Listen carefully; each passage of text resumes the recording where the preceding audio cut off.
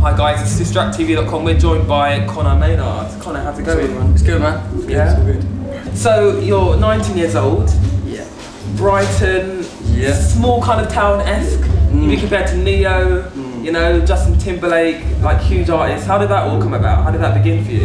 I think, yeah, just being in Brighton's definitely like kind of a key place for creativity. I think a lot of artists come out, obviously Rizzle Kids come out of Brighton as well.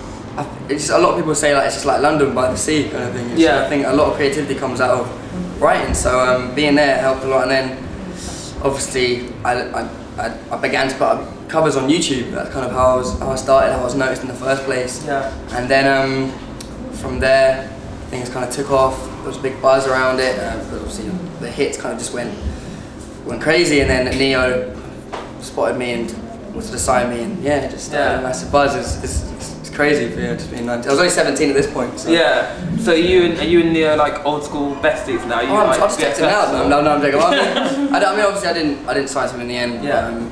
There's obviously a lot of talk still about working together, and he's a really cool guy. I met him in London when he was over here, and yeah, he's really cool. So it'd be definitely cool to like work with him in the future. You've been described as the UK's Justin Bieber. Do you appreciate that comparison? Do you agree with that?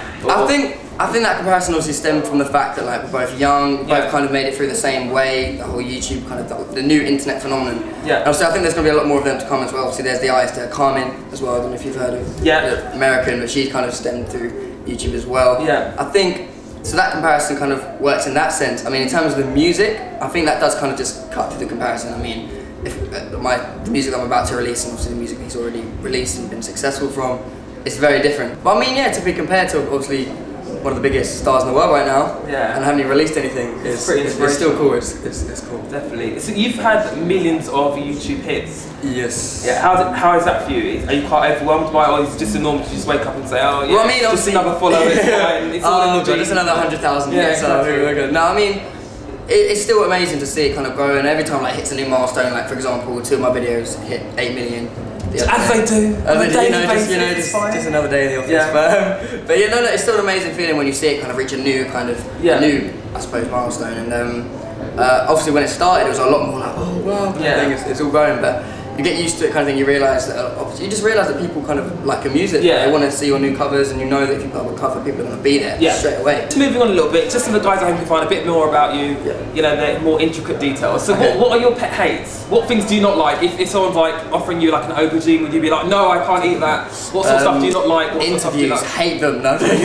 Apart from the Distract TV, it's confirmed. No, I'm joking. What do I hate?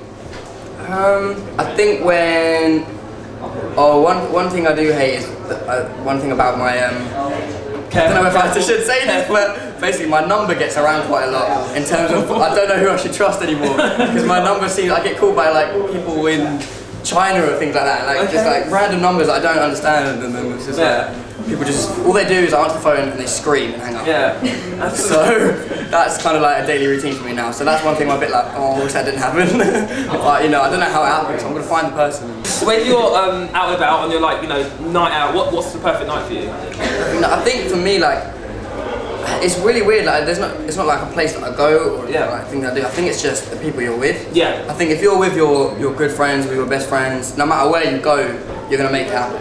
Just before we go, I know you're starting out and it's all very exciting for you, but if there's one person you could work with in the industry as it stands, who would that be?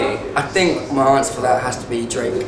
Drake. I love for Drake. I'm a huge Drake fan. I literally just put up a new Drake cover as well, and then I did a couple of Marvin's Room as well. I mean, I have a lot of love for Drake's work. I mean, I think as a writer, he's just one of the best. I think to write with him, for him to either write for me or to work on a track together, that would be a massive dream of mine to kind of reach this year. Definitely. Amazing. Inspiration of mine.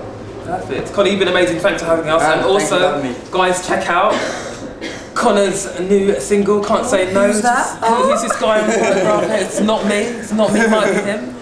So yeah guys, check it out when you can. Thanks so much guys. Thank you.